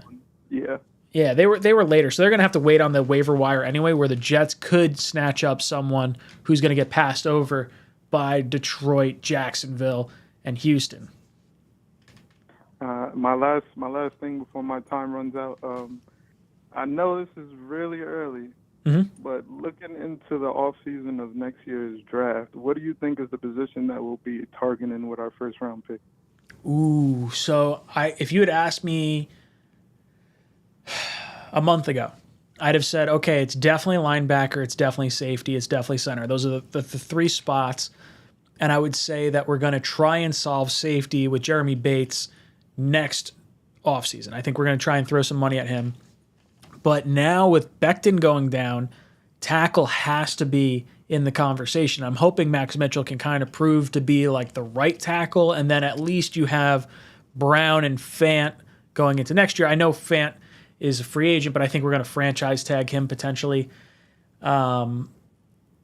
Tackle's got to be up there. Like, you can get a linebacker in the 2nd, 3rd, 4th round, center the same way. So we're almost to an extent lucky that that left tackle or tackle in general is the position that really is the most important, because we've got our corner, we've got our quarterback, we've got our edge rushers.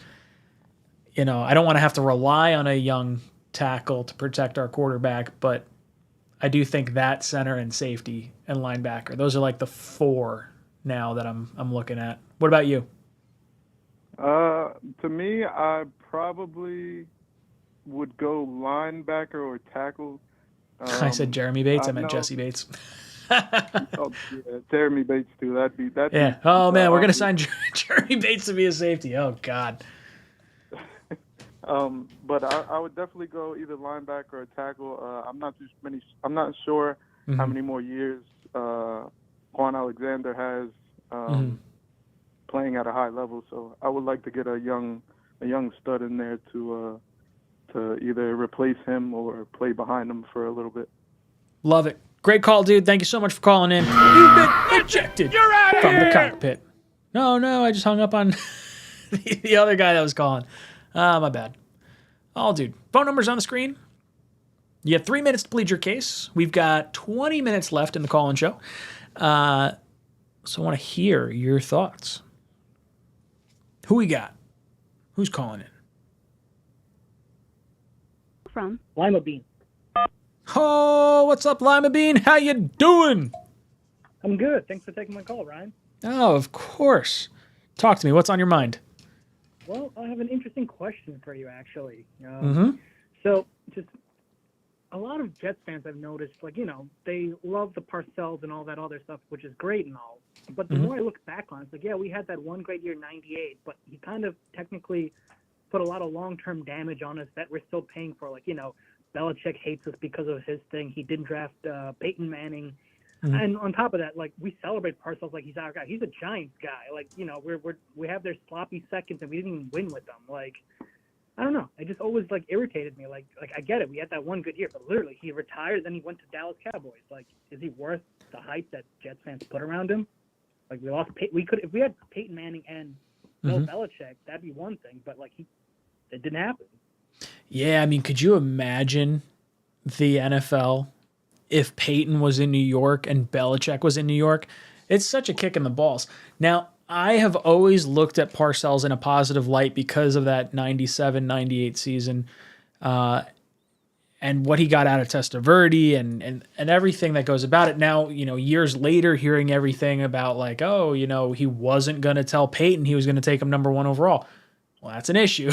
Like, everyone knew he was the number 1 guy. Like, what are you doing?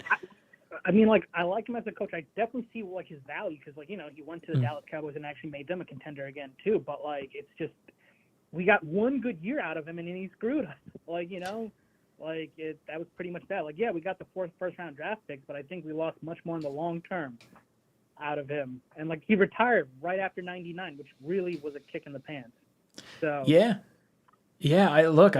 I was younger when that happened. I was probably 9 years old, 10 years old. So I didn't really like fully grasp the impact of it. But looking back on it now, like, yeah, there's as good of a season as we had. Like, that was probably our best shot to win a Super Bowl aside from probably 2010. 2010, I thought we had a really good shot. And to kind of fall flat in Denver and then have all that, Testaverde tears his Achilles the next year.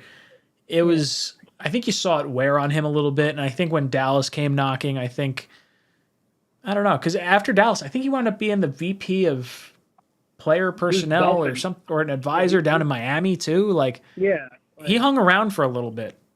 Yeah, he kept saying he was going to retire, but he never did. So, like, I don't know. Like, I just look at that. Same thing with the Rex run. I loved Rex when he got here. The first 2 years, even I defended him throughout, like, his tenure here, and I was sad when he was gone. But when I reflect on it, the first 2 years were great. Mm-hmm. But he, then you look at it, like, from Green Bean's videos, like, he really just deconstructed the team. Like, drafting Todd Boyd out of a favor. Like, things like that.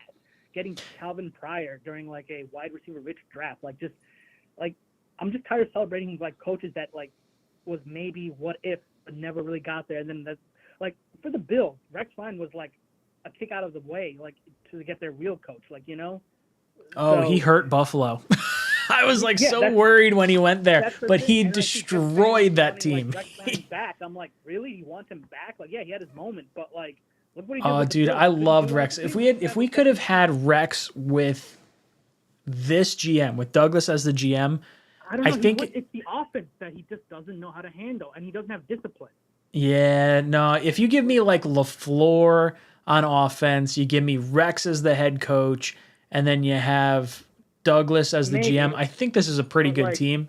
Like after that New England game, like he thought he won the Super Bowl, and like oh, dude, that was my Super Bowl. I was so pumped for that game. That aside from, so there was a game in 2002 where the Jets had to beat the Packers after the Patriots had to beat the Dolphins for the Jets to get in the playoffs. That was my favorite game. The Jets New England playoff game, a very close second. That was my Super Bowl, 100% that that year. Pretty much is all our Super Bowl. So that's the thing. It shouldn't have been. It should have been like It should not have been. Dude, you've been ejected. You're out of here from the cockpit. See, I forgot to hit the 3-minute timer. That's why I need the button. Just got to do the button. Got 3 minutes on the clock. 15 minutes left in the call-in show. And then I'm actually hopping on another stream. I don't know if they sent me the link for that. Let me see.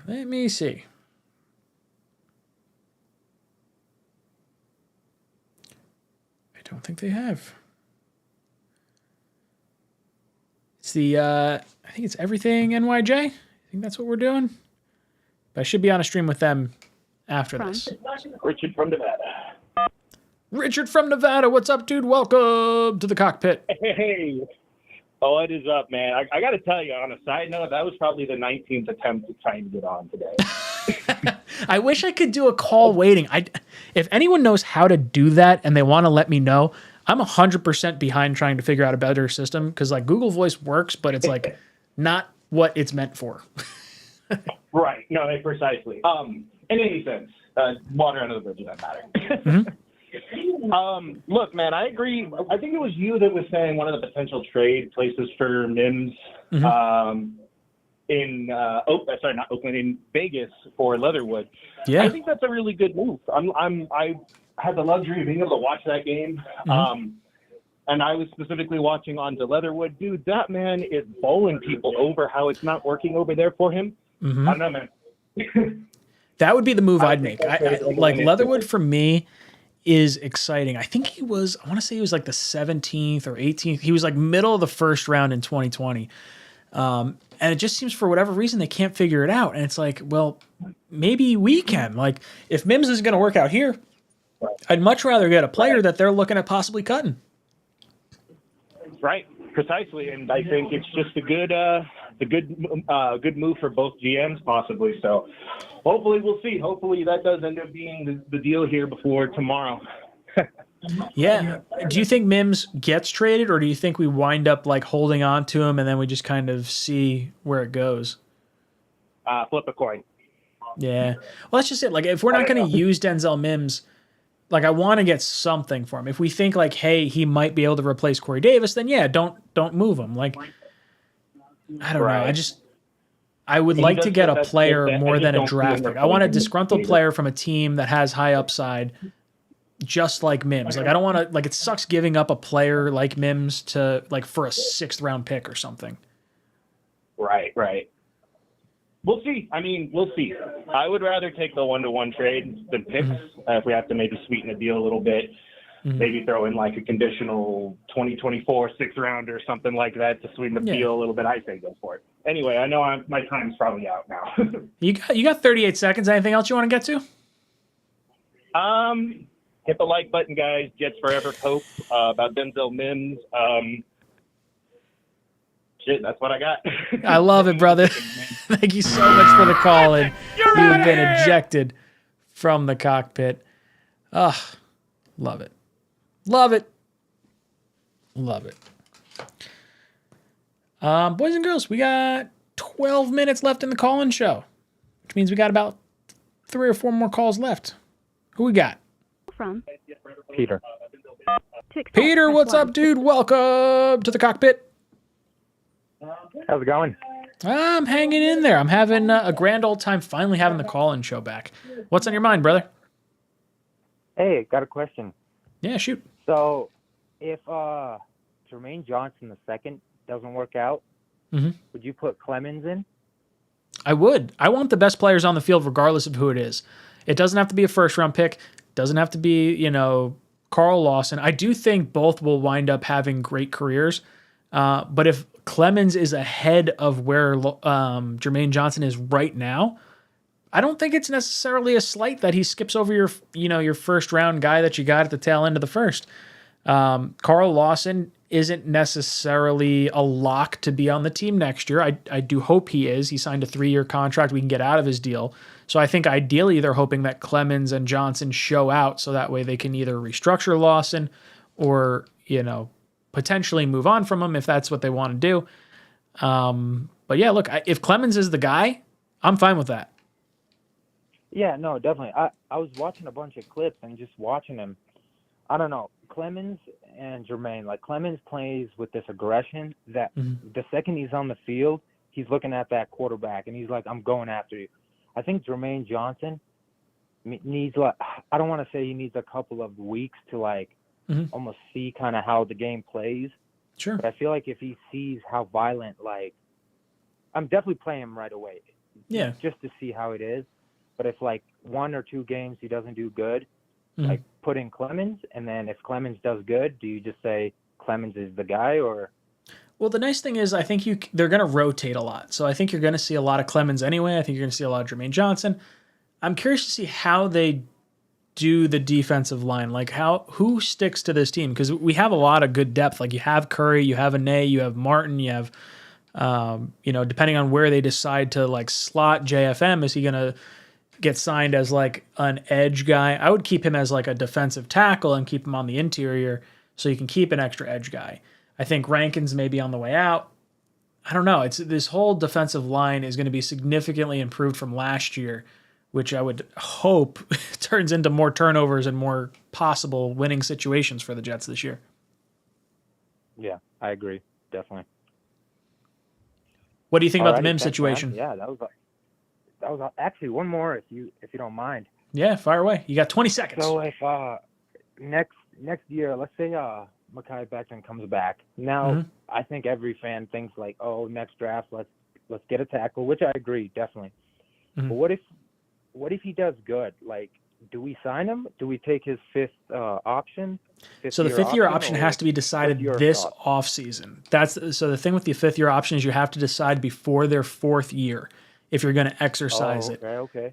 Yeah, so I would say you don't exercise it. You let him play out next year. You let him compete, but I wouldn't pencil him in as a starter or as like a potential, him being the guy, because I think his health has been enough of a concern that you can't rely on that in its entirety. Yeah. So I think you hope Max Mitchell shows you enough. I think you have Fant come back next year. I hope we sign him to some kind of contract. I'd really like to bring him back without having to use the franchise tag on him. But you have him and Brown under contract then, if that were the case. Compete at left tackle, or maybe keep Mitchell in the wings and you have your left and right tackle. Allow Mekhi Becton to compete for a starting job, but then also if you're in the draft and now you're not worrying about having to trade up for a tackle because you have guys that could at least be penciled in for another year, I think you give yourself the flexibility of allowing a tackle to fall to you that you weren't expecting to fall and drafting him if you want. And then worst case scenario, if Becton does well and you have him on the right side, you franchise tag him, you have whoever your other tackle is on the left-hand side, or vice versa, whatever. And it's a good thing. It's an accidental oops, but I don't think you can rely on Becton. I wouldn't pencil him in as a starter. He may not even make the team next year. Yeah. I guess I've just always been a big fan of him, and I've always wanted him to make it. But I've always kind of knew. I was like, he's pretty big, and injuries to the knee when you're that big, wow, that takes a big impact. It is really tough to come back when you're that tall and that big, and you get that, I don't want to say fat, but you get like that big that quick after like not being able to run. Like when you can't run to keep weight off, you're just going to balloon in size, and that seems to be the issue that winds up dealing with Mekhi Becton, or happening to Mekhi Becton. But brother, thank you so much for the call. You've been ejected from the cockpit. All right, we're going to get back to the phone calls in just a second. But our buddy Mumtaz comes in with another super chat. He says, we messed up Raiders by jumping in front and getting AVT, and they were forced to get Leatherwood. And now we get him on the cheap. Yeah, highway robbery. It's going to be interesting. Do we wind up making the move for Leatherwood? That was something that I was kind of keeping my eye on, because it looks like they may wind up, they may even cut him. And I don't want to see that, and I do trust whatever Douglas decides to do at offensive line, and maybe there's a reason we didn't get Leatherwood. It seems like he's been pretty disappointing from what I've heard. I should actually talk to my Oakland buddy. Mike, I'll reach out to you. I got to find out about Leatherwood. Do a little reconnaissance before tomorrow's Talking Jets panel. But yeah, Mumtaz, that would be awesome if you can get someone who was a first-round talent for not first-round money. Way less than that. All right, we got 6 minutes left. We'll do 2 more calls. 2 more call-ins. Let's see who we get. 3 minutes on the clock. After 3 minutes... That's it! You're out of here! That's right, boys and girls. Pay attention. Sit back and take notes. Who we got? From. Finney, what's up, dude? Welcome to the cockpit. Nothing. What's up? Well, since the last time I talked to you, I gotta say, congratulations on entering the wonderful world of fatherhood. Thank you, dude. It's much appreciated. How are you feeling? That's the first time I've said that this year. My cousin had twins. Oh, very cool. That's awesome. Boy and girl, girl and girl, boy and boy. Boy and boy. Love it. That's awesome. That's exciting. Becca and I were talking about like, oh, how cool would it be to have twins? And now after having a kid, we're like, I'm kind of glad we don't have twins. And, like one's fun, two's tough. What? What did you say? Sorry, I couldn't hear you. I said one's fun, two is tough. Yeah, I guess so. So, man, I am excited for football season. It can't get here soon enough. Oh, dude, I'm like chomping at the bit. Who are you most looking forward to seeing? Ooh, that's a tough one. I mean, I'm most looking forward to seeing, I guess, just as a whole. I want to see Sauce, you know? Mhm. Definitely want to see some. Oh, Sauce is going to be at Buffalo Wild Wings in Willowbrook on Thursday. No, you know, could you imagine Sauce, like, sometime in his career setting the Jets' all-time interception record? Oh, I hope so. Do you know what that is offhand? I have no idea. You mean the single season one? Single season's got to be Ty Law. No, it's actually Dannard Paulson, 1964. He had 12 interceptions. No way. What did Ty Law have? He must have had 10. Yeah, probably 10. He was incredible. I think the last game he played, he had 3. No, I'm looking forward to that. I'm definitely looking forward to seeing these receivers. I'm just glad we got out of the preseason with no more unfortunate. Oh, dude, the injuries were brutal. Oh yeah, no, I'm just looking forward. I can't wait to get out there because I'll be there the home opener. You gonna be there? Oh yeah, you damn right I'll be there. Can't wait. You be at the Jet Lounge tailgate. I think that is going to be where we wind up going. I know we're going to be we're going to see like the Jet Nation crew. We're going to see some of the guys from Gotham, but I think we're going to end up at the Jet Lounge one. I got to talk to to Matt and Greenmead, but I'm pretty sure that's where we're winding up. Yeah, I think that's the one I'm heading to. I just got to do my tailgate information and my bus. From I think Port I Authority. want to say they're Lot L. I know that the Jet Nation guys are like right next to Lot J. The Gotham City crew is like right next to them in Lot J. And then I think Lot L is where the Sack Exchange one is going to be, or the Jet Lounge guys. Yeah, man. It just I can't wait. You know what? Not only is this season going to be great, I'm assuming the season's going to be great, but I feel like the Patriots are going to be so humiliatingly bad, and we'll be able to, see the shoe on the other foot. From your lips to God's ears, brother. Thank you so much for calling in. All right. We got one more phone call in us, and then I have to bid you adieu. We're almost up to 200 likes. You guys are so close. Right there. Come on, hit that like button. Show me some love.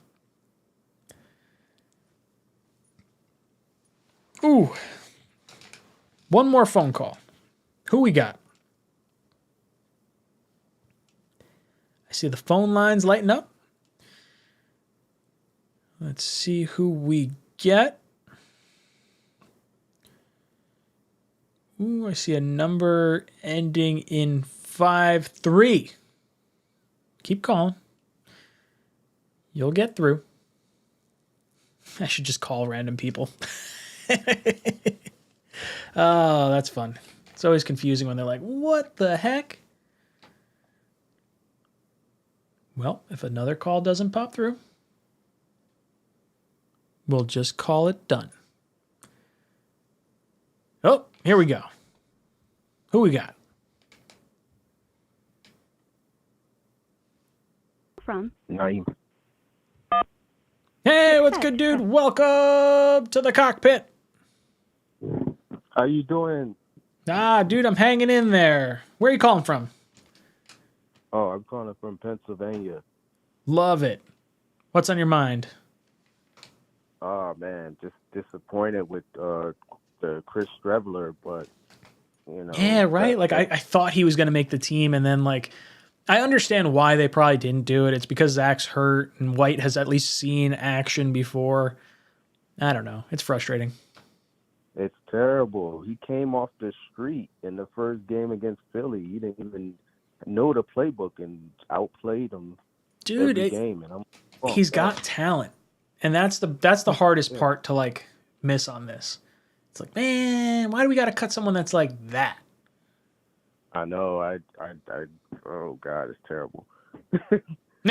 But I was saying to my brother's wife, I said, look, this guy Strevler just outplayed White, so hopefully we can try to put White, maybe get him on the practice squad and keep him. But yeah, dude, that's exactly where I was. I was like, oh man, we could save some cap and stash White on the practice squad. Like, I don't think White's necessarily going anywhere.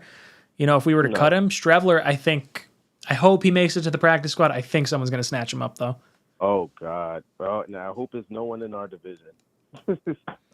Dude, fingers crossed. God forbid he goes to like the Patriots or something and sits behind Mac Jones, and then he gets hurt, and then it's like, no. No, God, yeah. Well, I'm excited to see God, Michael Clemens is killing it. Like I'm ready to see him put like Matt Jones and Josh Allen on his back and put him in a body bag. This guy, dude, he's probably I don't know if he's my favorite draft pick from this year because I'm excited for Sauce. I'm excited for Garrett Wilson. I'm excited for Breece Hall. Like, this was just a great draft across the board. But Clemens, getting him at the end of the draft, or like our last pick, that was awesome. This guy's intense. He is a monster. I heard you say about it before when he had the press conference and they said, about him thinking he did enough, and he was like, oh. No. Just like, I've never heard a deeper voice. This guy sounds like I don't know, what's the opposite of helium? Is it nitrogen? I think nitrogen's what makes your voice really low. Incredible. Oh God, I just can't wait to see him. He might outperform Jermaine Johnson. I don't know. I don't think it's going to be that shocking if he does. Like, based on everything I'm just kind of watching right now, it might take a little bit of time for Jermaine to kind of figure it out. I think he's going to be legit. Like, I think he's a good edge rusher. But Clemens, he fell because of some extracurriculars and off the field type stuff. So I'm hoping the talent level is so good and like he is the guy, because like he's fun to watch.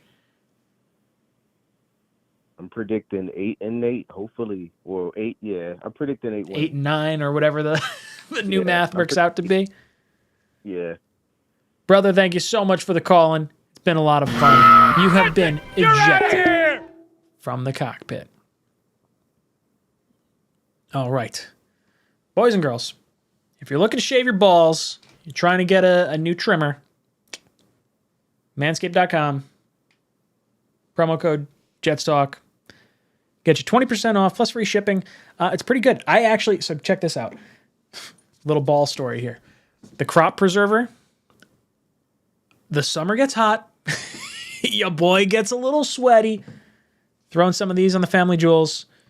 Lifesaver. I used to throw talcum powder or like cornstarch. Try and stay dry. Lotion. Where it's at. Sorry to give you guys a little too much information, but that's all right. It's okay. Boys and girls, it's been a lot of fun hanging out with you. I've had a good time. You know what it is. Leave a comment down below. Have fun. Can't wait for week 1. Tomorrow, we got Jake Asman joining the Talking Jets panel. And then next week on Tuesday, we got Blewett joining the show. So looking forward to that. Boys, it's been a lot of fun. Thanks so much for flying with me tonight. This is Jets Talk signing off. JETS.